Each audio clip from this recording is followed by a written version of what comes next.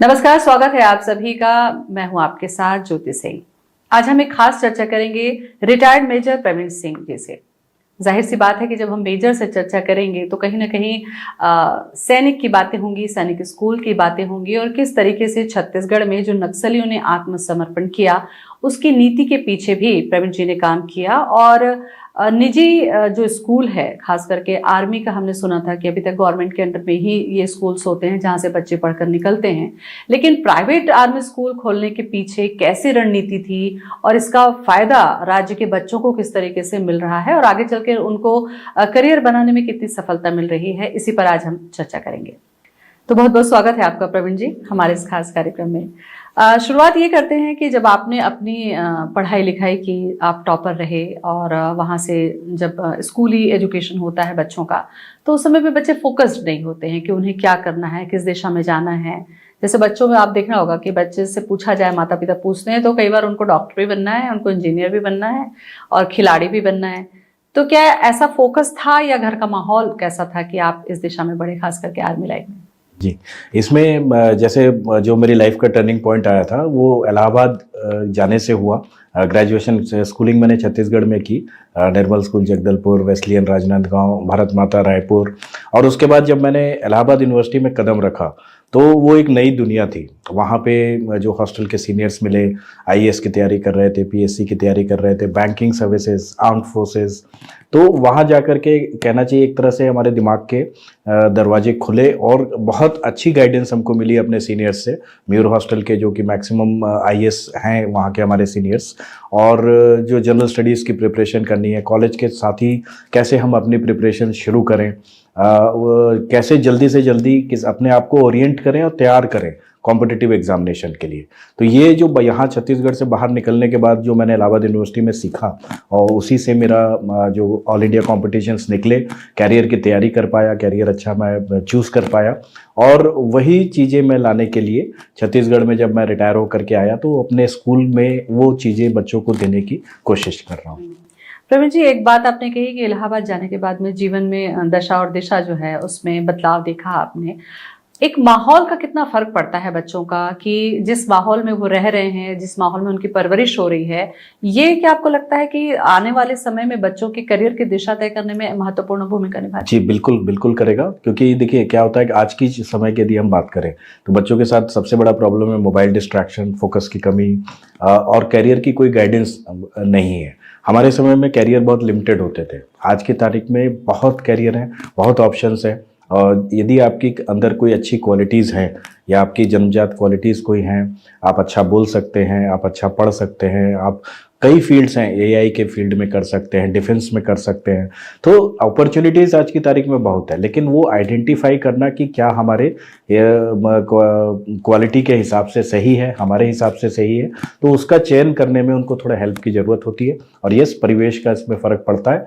जैसे कई पेरेंट्स हैं जो कि आज की डेट में कई टेस्ट होते हैं, साइकोमेट्रिक टेस्ट होते हैं, साइंटिफिक टेस्ट होते हैं, जिससे बच्चों का अंदर के अंदर क्या क्वालिटीज़ अच्छी हैं वो पता की जा सकती हैं। तो वो सब चीज़ों का ज्ञान नहीं होता है। तो वो अगर परिवेश अच्छा मिले, उनको गाइडेंस अच्छा मिले, तो वो अपने कुदरती जो उनके अंदर में क्वालिटीज़ हैं उसको उभार करके बेस्ट कैरियर चॉइस कर सकते हैं और अच्छा परफॉर्म। बिल्कुल, और सही समय पर मिले। ये ना हो ना कि ग्रेजुएशन के बाद आप सोच रहे हैं कि अब हमें क्या बनना है। जी। तो बेहतर है कि सही समय में अगर ये मिल जाती है तो दिशा अच्छी होती है। आर्म जो यूनिफॉर्म फोर्स हैं, खास करके आर्मी या नेवी या एयर फोर्सेस जो हैं, ये हमेशा से जो दूसरे लोग हैं, आम जो लोग हैं जिन्हें सिविलियंस कहते हैं आप, उनके लिए बड़ा अट्रैक्शन का ये सेंटर रहा है हमेशा से। तो सैन्य जीवन आपका कैसा रहा, क्या अचीव किया और कितनी चुनौतियां देखी आपने वहां तक जाने के लिए? ये भी मुझे जानना है, क्योंकि आपकी उन चुनौतियों उपलब्धियों की वजह से बहुत सारे लोगों को प्रेरणा भी मिलती है। जी देखिए, सैन्य सर्विसेज जैसा आपने कहा, क्योंकि वो कट ऑफ रहती हैं सिविल लाइफ से, तो बाकी लोगों को बहुत ज़्यादा जानकारी होती नहीं है कि अंदर क्या होता है। और ऐसा नहीं है, सैन्य फोर्सेज जैसे मैं भी गया था तो सिविल बैकग्राउंड से गया था, और वहाँ पे जो ट्रेनिंग का महत्व होता है, जैसे हम जाते हैं ट्रेन किया जाता है, कुछ लोग 8 महीने की ट्रेनिंग करते हैं, एनडीए वाले 4.5 साल तक की ट्रेनिंग करते हैं। अच्छा। ठीक है, तो ये ट्रेनिंग के दौरान में आपकी पूरी पर्सनैलिटी चेंज कर दी जाती है, आपके सोचने का ढंग, आपका डिसिप्लिन, आपका अनुशासन। और इसमें सबसे इम्पोर्टेंट बात होती है कि जो सिलेक्शन प्रोसेस है वो सिलेक्शन प्रोसेस में आपके अंदर कुछ 15 OLQs देखी जाती हैं, तो वो OLQs जिनके अंदर होती हैं वही सेलेक्ट होके ऑफिसर बनते हैं। और वो तकरीबन एक तरह के लोग ही उसमें जाते हैं जिनमें नेतृत्व की क्षमता हो, डिसीजन मेकिंग हो, कोऑपरेशन हो।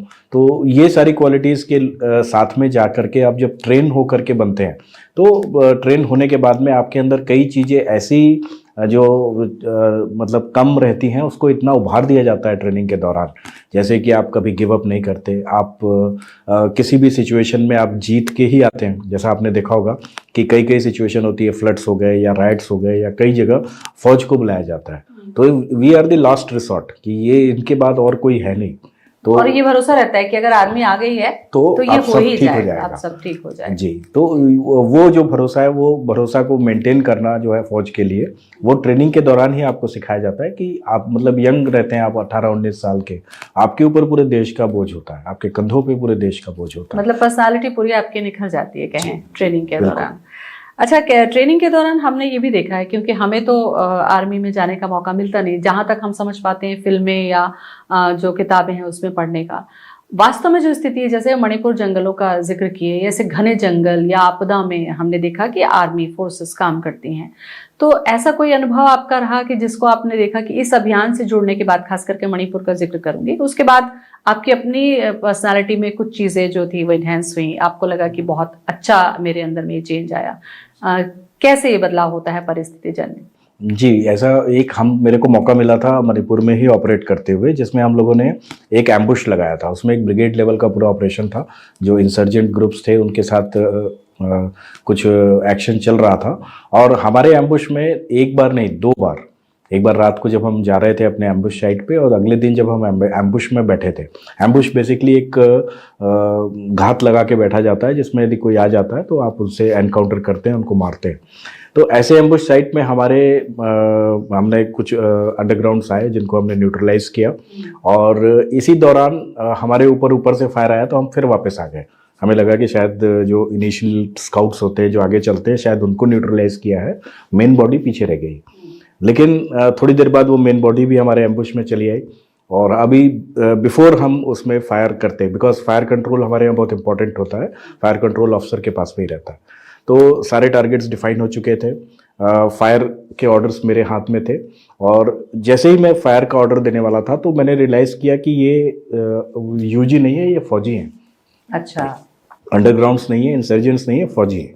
और फिर उनको कम्युनिकेट करने के लिए मैं बाहर निकला, अपना इंट्रोडक्शन दिया कि भाई हम भी फौजी हैं, आप कहाँ इधर भटक रहे हैं। तो ड्रेस से, ICK से उनसे रिकॉग्नाइज कर पाए हम। और उस दौरान वो लोग भी डरे हुए थे, उन्होंने फायरिंग शुरू कर दी, हमको वापस एम्बुश में जाना पड़ा। और काफ़ी हल्ला करने के बाद, चूंकि हम तो जान रहे थे कि ये फौजी हैं, चलिए उनकी तरफ से वो कंफ्यूज हो गए थे। तो फिर थोड़ी मतलब एक हुई यहाँ पे, किस्मत से कोई कैजुअलिटी नहीं हुई, ना हमारी तरफ और ना उनकी तरफ। हमने तो खैर फायर ओपन ही नहीं किया। तो ये फायर कंट्रोल का महत्व जो समझ में आया कि ऐसी सिचुएशन में जहाँ पे एकदम टेंस सिचुएशन है, डिसीजन मेकिंग बहुत इंपॉर्टेंट है, वहाँ का एक गलत डिसीजन अपने ही ट्रूप्स के साथ में नुकसान पहुंचा सकता था। तो जैसा उनकी तरफ से तो हो ही गया, वो डिसीजन मेकिंग गलत हो गई। पेशेंस बहुत मायने जो है ना, कि धैर्य जो है वहाँ पर ऐसी स्थिति में भी ये ट्रेनिंग के दौरान मिलता है, जो बहुत बहुत ही अच्छी बात है। सैन्य जीवन के बाद जब आपने शुरू में ही कहा कि जब आप रिटायर हुए तो आपको लगा कि स्कूल खोलना चाहिए। अभी तक हमने जितना देखा था भारत में कि गवर्नमेंट के ही जो सैनिक स्कूल हैं वो चल रहे थे, और उसमें भी सिलेक्शन बड़ा हार्ड होता था, माता पिता कई बार चाह के भी नहीं पाते थे। तो ये जो प्राइवेट स्कूल खोलने का आपने फैसला लिया, ये कैसे रहा और इसमें कितने चैलेंजेस आए आपको? क्योंकि नई शुरुआत हमेशा मुश्किलात पैदा करती है। इनिशियली तो मैंने जब ज्वाइन किया था तो गोंदिया में एक प्राइवेट मिलिट्री स्कूल है, मनोहर भाई पटेल मिलिट्री स्कूल, वहाँ मुझे मौका मिला, जो कि स्टेट गवर्नमेंट से अनुदानित है। ये सैनिक स्कूल से एफिलेटेड नहीं है, लेकिन स्टेट गवर्नमेंट का अनुदानित स्कूल है, प्राइवेट मिलिट्री स्कूल है। और वहाँ के हर जिले में टोटल 33 सैनिक स्कूल हैं जो कि गोंदिया महाराष्ट्र स्टेट में चलते हैं। ऐसे अभी गुजरात में भी काफ़ी स्कूल्स आ चुके हैं। तो उस टाइम पे जब उस स्कूल में मैंने जाना शुरू किया तो पहले बैच के बच्चे national defence academy, IIT medical सारे एग्जाम्स में सेलेक्ट हुए, गेम्स में नेशन तक को इंडिया को उन्होंने रिप्रेजेंट किया। तो उससे एक मन में लगा कि ये जो काम है ये बड़ा अच्छा काम है, इसमें at least we can give back to the society. बच्चों को हम ट्रेन कर सकते हैं, सिखा सकते हैं कि कई ऑप्शंस हैं, ऐसा नहीं है कि सिर्फ डिफेंस फोर्सेज में, बाकी चीज़ों में भी बच्चे अच्छा कर रहे थे। तो उसी के बेस पे मैंने अपना एक स्कूल खोला था नगपुरा में, दुर्ग में। तो उस स्कूल के ऊपर एक डिफेंस इंटेलिजेंस एजेंसी की स्टडी हुई थी, फिजिबिलिटी स्टडी, जिसमें कर्नल सुखबीर आए थे, जनरल खंडारे सर से मैं मिल के आया था दिल्ली में। तो उनका ये कहना था कि जो सैनिक स्कूल हैं ये काफ़ी कम है इंडिया में, हर स्टेट में नहीं है, साउथ इंडिया में काफ़ी कम है, नॉर्थ ईस्ट में, जम्मू एंड कश्मीर में काफ़ी कम है। तो एक पॉलिसी वो बनाना चाह रहे थे जिसमें कि सैनिक स्कूल सोसाइटी से प्राइवेट एनजीओ के स्कूल्स को एफिलिएट किया जाए। तो उसकी स्टडी हमारे स्कूल पे कंडक्ट हुई, हमने उसकी ड्राफ्ट पॉलिसी बना के भेजी जो कि आज इम्प्लीमेंट हो चुकी है। 50-60 स्कूल ऑलरेडी एफिलिएट हो चुके हैं और गवर्नमेंट काफ़ी उत्साहित है, इसको 1000 सैनिक स्कूल करने का प्लान कर रही है। तो अच्छा, जो पारंपरिक जो ट्रेडिशनल एजुकेशन है हमारा, जिस पर हम पढ़ते आए हैं साधारण लोग, उनमें पढ़ाई और ऐसे स्कूलों में पढ़ाई में आपको लगता है कि क्या अंतर है? लोगों को ये लगता है कि अरे इसको सैनिक स्कूल में हमने पढ़ाया बच्चों को, तो अब तो ये सैनिक ही बनना है, इसके अलावा कोई करियर नहीं है। तो ये जो छोटे छोटे मिथ हैं प्रवीण जी, मुझे लगता है ये भी आप बताइए कि क्या सैनिक स्कूल में पढ़ने के बाद आप नॉर्मल या ट्रेडिशनल एजुकेशन में भी जा सकते हैं या फिर आप आगे सैनिक स्कूल में भी जा सकते हैं? कितना दोनों में फर्क है? देखिए, सैनिक, कई, आप बिल्कुल सही कह रहे हैं, कई पेरेंट्स को ये लगता है कि सैनिक स्कूल में यदि बच्चा चला जाता है तो उसका मतलब है कि कंफर्म्ड है कि वो फौज ज्वाइन करेगा। ऐसा नहीं है। इसमें चाहे वो सैनिक स्कूल से पढ़े, चाहे किसी प्राइवेट स्कूल से पढ़े, वो एक यूपीएससी का एग्जामिनेशन होता है, रिटन एग्जामिनेशन, जो उसको क्लियर करना जरूरी है। और रिटन एग्जामिनेशन क्लियर करने के साथ साथ उसके बाद जो एक सर्विस सिलेक्शन बोर्ड इंटरव्यू होता है, तो सर्विस सिलेक्शन बोर्ड इंटरव्यू बहुत टफ होता है। रिटन तो हजारों में निकालते हैं, सर्विस सिलेक्शन बोर्ड में बहुत लिमिटेड लोग ही सेलेक्ट हो पाते हैं। और जो रही बात, जो कुछ स्कूल है जैसे राष्ट्रीय इंडियन मिलिट्री कॉलेज देहरादून, वहाँ के बच्चे मैक्सिमम जरूर सेलेक्ट हो जाते हैं डिफेंस में, बट इसकी भी कोई गारंटी नहीं है कि जो बच्चा सैनिक स्कूल चला गया वो 100% मतलब माता पिता को सोचना चाहिए कि अगर वो गए हैं तो आगे उनके पास में रास्ते और भी हैं, बजाय इसके कि उनको इसमें थोड़ी सी हेल्प मिलती है। थोड़ी सी मैं चर्चा स्कूल्स को लेके आगे करूं, उससे पहले मैं पूछूं कि अब जो स्कूल्स हैं, प्राइवेट जो मिलिट्री स्कूल्स हैं, गवर्नमेंट के मिलिट्री स्कूल्स हैं, इसमें कुछ पॉलिसीज चेंज होने के बाद में क्या अब गर्ल्स एजुकेशन हो पा रहा है? क्या लड़कियां इसमें एडमिशन ले पा रही हैं? ये इन्फॉर्मेशन भी बहुत जरूरी है क्योंकि कई लड़कियां चाहती हैं, कई पेरेंट्स भी चाहते हैं, पर उनको एडमिशन नहीं मिलता। तो इसके बारे में भी थोड़ी सी जानकारी दीजिए। ये बहुत अच्छा हुआ कि जो प्राइवेट एनजीओ के साथ में सरकार ने जो पॉलिसी लाई, उसके साथ साथ में उन्होंने सिर्फ सैनिक स्कूल ही नहीं, नेशनल डिफेंस एकेडमी पुणे के दरवाजे भी गर्ल्स कैंडिडेट्स के लिए खोल दिए हैं। 1-2 बैच अभी ऑलरेडी पास आउट हो चुके हैं और ये बहुत ही अच्छा वेलकम डेवलपमेंट है। और आज की डेट में जैसे हमारे स्कूल में गर्ल्स ज़्यादा उत्साहित है क्योंकि उनको एक मौका मिला है पहली बार कि अपने आप को साबित कर सकें, अपने आप को प्रूव कर सकें, तो they are very very much interested और बहुत मन से उसकी तैयारी। कार्डिनल जो वाईओएस स्कूल है सिंह साहब, उसमें मैं ये जानना चाहती हूँ कि एनडीए की बात हो जाए, चाहे एसएसबी की बात हो जाए, बहुत ही टफ एग्जामिनेशंस हैं इसमें निकालना, तो किस तरीके से प्रिपेयर करते हैं बच्चों को? क्योंकि मेंटली तो आप कर ही रहे हैं क्योंकि एटमॉस्फेयर वैसे मिला, फिजिकली किस तरीके से ट्रेंड कर पा रहे हैं और आपने रिजल्ट कैसा देखा है कि कितना इंप्रूवमेंट होता है बच्चों में? नहीं, बच्चों के अंदर इंप्रूवमेंट बहुत होता है कि अगर उनको सही गाइडेंस मिल जाए। और ये सब एग्जामिनेशन इतने टफ भी नहीं है अगर उनको तरीका मालूम हो। फॉर एग्जाम्पल एनडीए के एग्जामिनेशन में मैथ्स में अगर वो 40% भी स्कोर करते हैं और जनरल स्टडीज़ का उन्होंने साल भर तैयारी किया है, तो बाकी बच्चों से वो 90% आगे तो ऐसे ही हो जाते हैं। और रिटन एग्जामिनेशन निकालने के बाद सबसे इंपॉर्टेंट होता है service selection board interview, which is the test of their personality. और पर्सनैलिटी में बेसिकली उनका जो इंटरव्यू होता है वो 15 OLQs के ऊपर होता है। तो OLQs are the qualities which are related to your mind, heart, gut and limbs. तो माइंड से रिलेटेड आपकी ऑर्गेनाइजेशनल कैपेबिलिटीज़, आपकी speed of decision, affective intelligence, ये सारी चीज़ें आ जाती हैं। हार्ट से रिलेटेड हो जाता है आपका सोशल एडॉप्टिवनेस, ठीक है, इमोशंस हो गया, कॉपरेशन हो गया, सेंस ऑफ रिस्पॉन्सिबिलिटी हो गई। और गट से रिलेटेड हो जाता है कि स्पीड ऑफ डिसीजन आपका कैसा है, इनिशिएटिव आप कैसा लेते हैं, ठीक है। तो और इसी तरीके लिम्ब से रिलेटेड आपका डिटर्मिनेशन कैसा है, करेज कैसा है, स्टेमिना आपके अंदर कितना है। तो ये सारी चीज़ें अगर एक बार बच्चा जल्दी अवेयर हो जाता है तो अपने आप वो डेवलप करना शुरू कर देता है, चीज़ों को आत्मसात करना शुरू कर देता है। और ये फिर जब वो इंटरव्यू में जाता है तो उसको कोई अलग से कोई नई दिखावा चीज करने नहीं की लगती जरूरत है नहीं उसको। पड़ती। अच्छा, कार्डिनल स्कूल में आपने बताया कि इतने तरीके से एसएसबी में खास करके फोकस पर्सनालिटी पे किया जाता है, तो पर्सनालिटी ग्रूमिंग के लिए किस तरीके से आप लोग यहाँ पर कोर्सेज करते हैं या जो व्यवस्थाएं हैं वो करते हैं कि वो साथ साथ पैरेलल एजुकेशन के साथ साथ इससे फैमिलियर होते चलें, वो कैसे करते हैं? इसमें क्या रहता है कि जैसे कि नॉर्मल स्कूल्स में बच्चे जाते हैं 9 बजे जाते हैं, शाम को 2 बजे तक आ जाते हैं। हमारे यहाँ मॉर्निंग 5 बजे से उठ के बच्चे पीटी करते हैं, परेड करते हैं। आफ्टरनून में उनकी कोचिंग क्लासेस चलती हैं, एनडीए की हो गई, आईआईटी की हो गई, नीट की हो गई। इवनिंग गेम्स एंड स्पोर्ट्स में वो आपस में एक दूसरे से कॉम्पिटिट करते हैं। तो ये जो हेल्दी कंपटीशन होता है, चाहे पढ़ाई में, चाहे गेम्स के ग्राउंड पे, चाहे बैटल ऑब्स्टिकल कोर्सेज पे, तो जब भी ये सब चीज़ें करते हैं तो वो अपने आप से ही कॉम्पिटिट कर रहे होते हैं, वो अपने आप को ही डेली डेली सुधार रहे होते हैं। और जीतने की जो इच्छा शक्ति है, डिटर्मिनेशन है, कोई भी चीज़ जो नई है या जो टफ है वो करने के लिए मानसिक शक्ति का बहुत इंपॉर्टेंस होता है। तो मेंटली अगर वो स्ट्रांग होते जाते हैं तो आगे चल के धीमे धीमे जैसे फौज में ज्वाइन करना है तो उसके लिए Prepare हो जाते हैं। प्रिपरेशन उनकी धीमे धीमे होती रहती है, बिना उनको ऊपर ज़्यादा प्रेशर डाले हुए। ऑफिसर लाइक क्वालिटीज पर आधारित जो अमेजन पे आपकी बुक है प्रवीण जी, उसके बारे में भी मैं जानना चाहूंगी कि ये कौन से गुण हैं जो हमने देखा है कि आर्मी ऑफिसर्स में या सेना के किसी भी ऑफिसर्स में हम देखते हैं कि वो कुछ अलग हटके ही हमें दिखते हैं सिविलियन से। तो क्या इन क्वालिटी पर आपने जब बुक लिखी तो वो कौन से ऐसे गुण हैं, कुछ टिप्स आप जरूर दीजिए कि युवा उस किताब को पढ़ें या युवा अपने अंदर में उन एबिलिटीज को बिल्ड करें। जब पहली बार सर्विस सिलेक्शन बोर्ड इंटरव्यू में गया था तो मैं बड़ी तैयारी से गया था, नए कोट वगैरह सिलाए, टाई पहन के, और इंटरव्यू में रिजेक्ट हो गया था।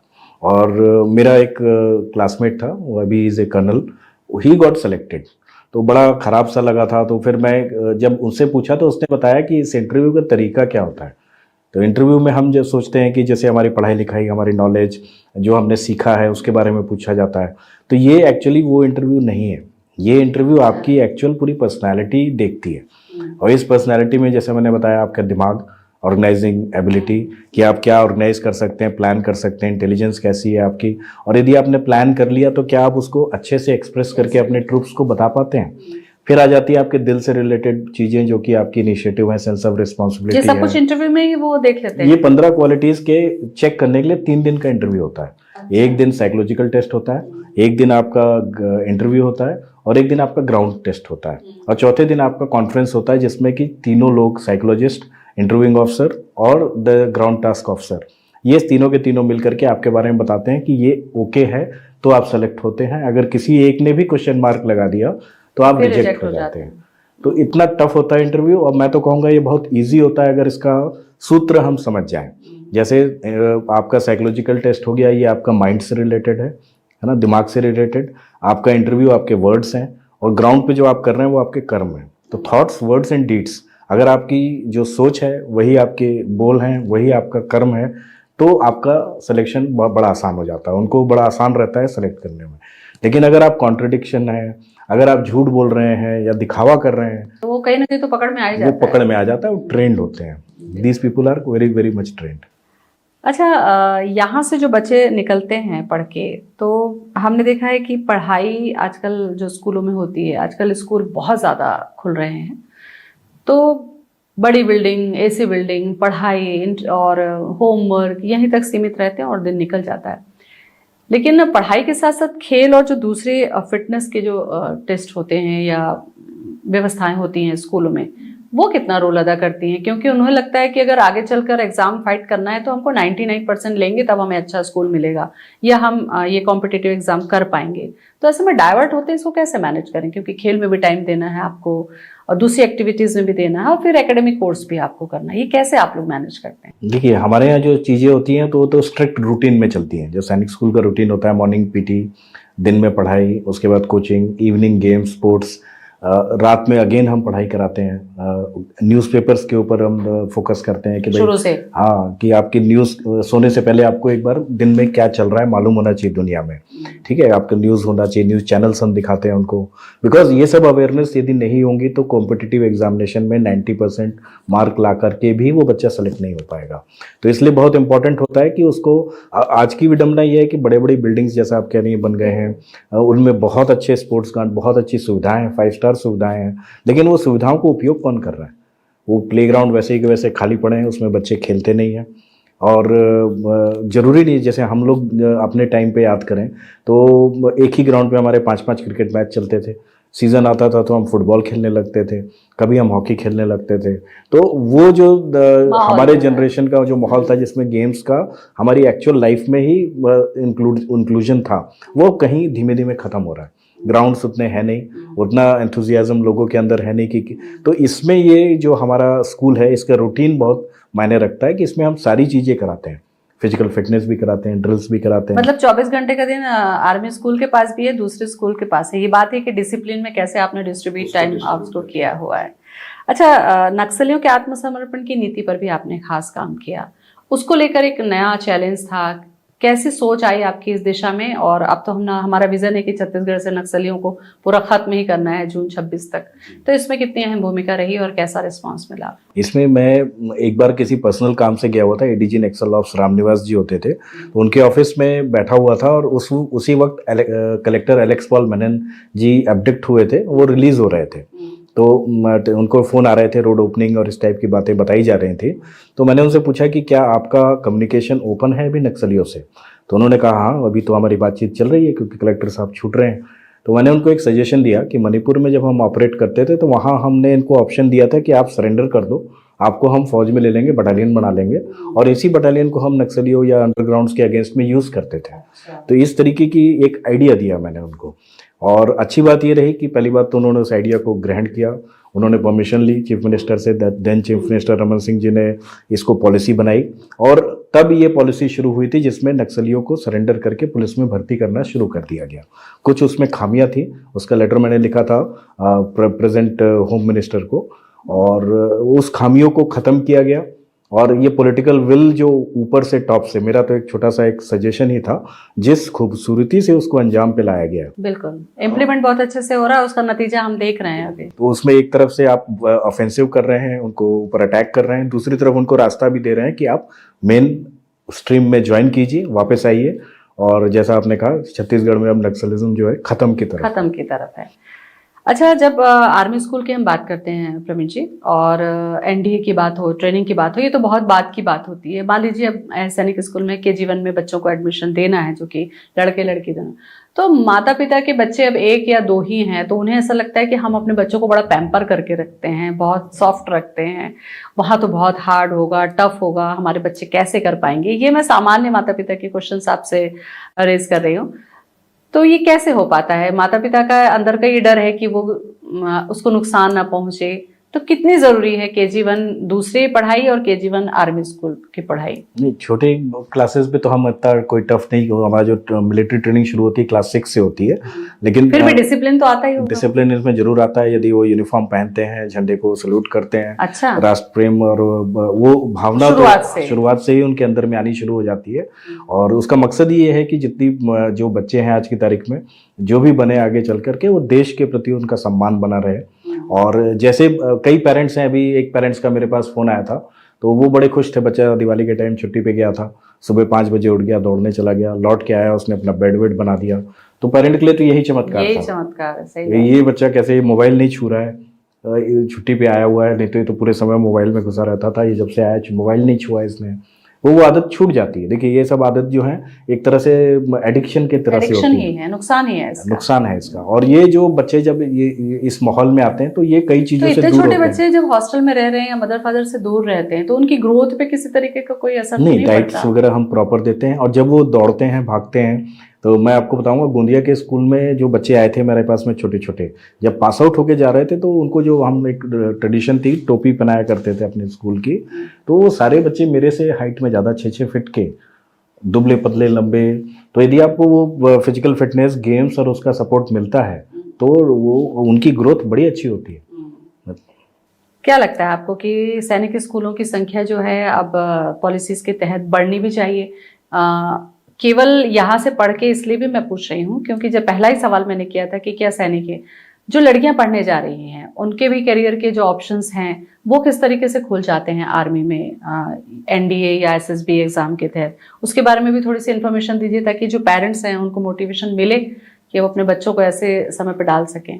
जी, देखिए इसमें सिर्फ सैनिक स्कूल में जाने से आप एनडीए या आईआईटी या सिर्फ इतने ही ऑप्शंस नहीं हैं। सैनिक स्कूल जाने के आपके ये तो फ़ायदे हैं ही, क्योंकि आपको हम तैयार करा रहे हैं, पढ़ा रहे हैं, कोचिंग भी कर रहे हैं, एसएसबी के बारे में बता रहे हैं। लेकिन ज़रूरी नहीं है कि सारे के सारे सेलेक्ट हो जाएं आर्म्ड फोर्सेज में। आप देखिएगा जितने भी सैनिक स्कूल के एलुमनाइज हैं, आप आज की तारीख में इसरो के चेयरमैन से लेकर के राजवर्धन राठौर जी, मोहनलाल खट्टर चीफ मिनिस्टर, नागालैंड के चीफ मिनिस्टर, ऐसे कई बड़ी पर्सनालिटीज़ हैं, कितने एंटरप्रेन्योर्स हैं, पेटीएम के, जोमेटो के जो फाउंडर्स हैं, ये सब सैनिक स्कूल के पढ़े हुए हैं। तो सैनिक स्कूल ऐसा नहीं है कि आपको बाकी स्कूल से ये थोड़ा इस तरह से अलग होता है कि ये आपकी पूरी पर्सनैलिटी ग्रूम कर देता है। जब आप हॉस्टल लाइफ में रहते हैं, बहुत जल्दी माता पिता की छत्र छाया से बाहर आ जाते हैं, फिजिकल फिटनेस कर रहे हैं, ग्राउंड में आप खेल रहे हैं, तो ओवरऑल पर्सनैलिटी आपकी सिर्फ एकेडमिक्स तक सीमित नहीं रह जाती, जो कि बाकी स्कूल में सिर्फ एकेडमिक्स तक का ही पूरा रिस्पॉन्स दिया जाता है, पूरा ध्यान दिया जाता है। तो यहाँ आपकी पर्सनैलिटी ओवरऑल इतनी अच्छी बन जाती है कि जिस भी फील्ड में रहेंगे, आप यदि अच्छा कम्युनिकेट कर पा रहे हैं, अच्छा लोगों से व्यवहार कर पा रहे हैं, है ना, और लोगों को कन्विंस कर पा रहे हैं, और आपकी पर्सनैलिटी, कॉन्फिडेंस आपका अच्छा है, तो डेफिनेटली आप किसी भी फील्ड में जाइए, आप बहुत अच्छा करेंगे। आपकी जो स्कूल है इसका कैसा रिस्पांस है? कहाँ कहाँ से बच्चे पढ़ रहे हैं? पहला जब मैंने इंटरव्यू उस समय आपका किया था, तब से लेकर आज तक में और कहाँ कहाँ के लोगों ने आपसे अप्रोच किया, और बच्चे की जो उपस्थिति है वो कैसी है? अब हमारे यहाँ मैक्सिमम तो बच्चे छत्तीसगढ़ के ही हैं, लेकिन काफ़ी दूर दूर से, कल ही एक रजिस्ट्रेशन कन्याकुमारी से हमको मिला है। इसके अलावा Mizoram, Tripura, far flung area, Gujarat से कुछ बच्चे हमारे पास पढ़ रहे हैं। तो इसमें इसका रीज़न ये है कि देखिए सैनिक स्कूल एक तो बहुत कम है गवर्नमेंट के, अभी जो नए सैनिक स्कूल आए उसको भी मिला के आज की डेट में 100 से ज़्यादा नंबर नहीं है, और जो इसमें सीट्स हैं बहुत लिमिटेड हैं।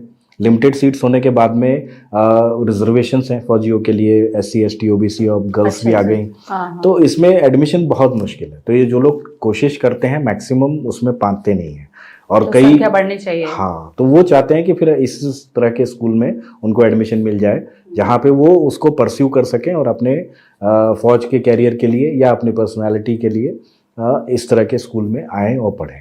बिल्कुल। एक सवाल जो कि अभी करंट सिचुएशन से जुड़ा हुआ है प्रवीण जी, वो ये कि सोशल मीडिया का इन्फ्लुएंस बहुत ज़्यादा है, खास करके हर घर में, तो उससे भी ये सैनिक स्कूल जो हैं वो बच्चों को दूर रख के एक नए तरीके से तैयार कर सकते हैं।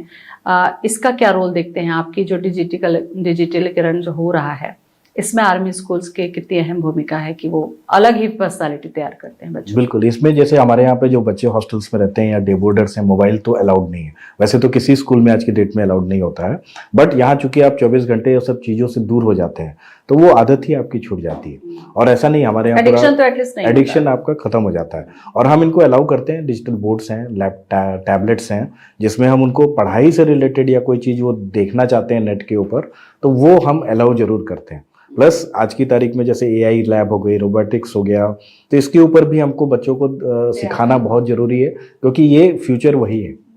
आप वो चीज़ें भी हम उनको इग्नोर मतलब नहीं, टेक्नोलॉजी है लेकिन उनके फेवर के लिए और एजुकेशन के लिए यूज करते हैं, डिस्ट्रैक्शन के लिए ना। बिल्कुल। चूंकि समय अब हमारा हो चुका है, मैं चाहूंगी कोई संदेश आप देना चाहें, खास करके युवा और अभिभावकों को कि आने वाले समय में अपने बच्चों की तैयारी में आर्मी स्कूल्स की क्या भूमिका वो देखते हैं, एक संदेश में चाहूंगी आपसे। बेसिकली आर्मी स्कूल्स में जो अनुशासन है, नेतृत्व क्षमता, लीडरशिप और डिसिप्लिन, ये सारी चीज़ें जो हैं सिखाई जाती हैं, और इसके लिए मैं बिल्कुल आभारी रहूँगा सारे पेरेंट्स का जिन्होंने हमारे ऊपर विश्वास किया, और सारे टीचर्स का, जो स्टाफ का, जो कि 24 घंटे निरंतर पूरे समर्पण के साथ बच्चों के साथ लगे रहते हैं। कैडेट्स के लिए मैं कहना चाहूँगा कि वो ऊंचे सपने देखें, बड़े सपने देखें, और जो भी सपने वो देखते हैं वो अचीव करने की उनके अंदर क्षमता है, तो अगर वो उसके ऊपर विचार करें तो ऑप्शंस बहुत सारे हैं, हम गाइड करते हैं, उनको बताते हैं। और अगर वो ऐसा ना सोचें कि कोई भी ड्रीम या कोई भी जॉब या कोई भी काम जो है इम्पॉसिबल है, एवरीथिंग कैन बी डन। बहुत बहुत धन्यवाद प्रवीण जी, आपसे बातचीत करके बहुत अहम जानकारी मिली, बहुत बहुत शुक्रिया। Thank you ma'am, thank you very much.